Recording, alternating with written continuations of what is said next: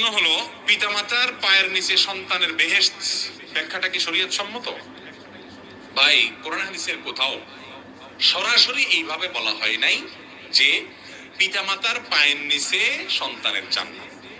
এই কথা ডাইরেক্ট এইভাবে কোথাও বলা হয় নাই। তবে এক সাহাবীকে রাসূল আকরাম সাল্লাল্লাহু আলাইহি সাল্লাম তিনি জিহাদের ময়দানে যেতে চেয়েছেন, বললেন যে তোমার মা বাবা বেঁচে আছেন কিনা? বলে ইয়া রাসূলুল্লাহ আছেন।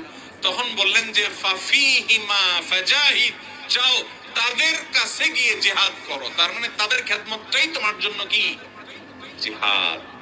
এবং রাসূল আকরাম সাল্লাল্লাহু আলাইহি সাল্লাম প্রসঙ্গত বলেছেন যে জান্নাত তাদের সেবার মধ্যে নিহিত, আল্লাহর সন্তুষ্টি তাদের সেবার মধ্যে নিহিত।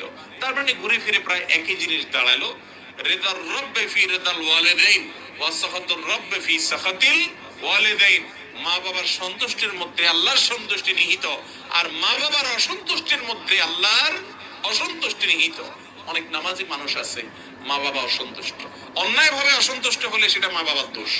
কিন্তু আপনার কোনো ত্রুটির কারণে, আপনার কোনো বেয়াদবির কারণে, আপনার কোনো জোরে আওয়াজের কারণে যেন মা বাবা অসন্তুষ্ট। কথা কি বুঝাইতে পারছি? অতএব মা বাবার খেদমতের মাধ্যমে আল্লাহকে পাবেন, জান্নাত পাবেন, এটা ঠিক। কিন্তু মা বাবার পায়ের নিচে যদি আপনি মাটি খোঁড়েন, জান্নাত খুঁজা পাবেন না। পায়ের নিচে জান্নাত মানে যদি আবার মাটির নিচে পায়ের নিচে মাটি খোঁড়া শুরু করেন, জান্নাত খুঁজে পাবেন না। জি।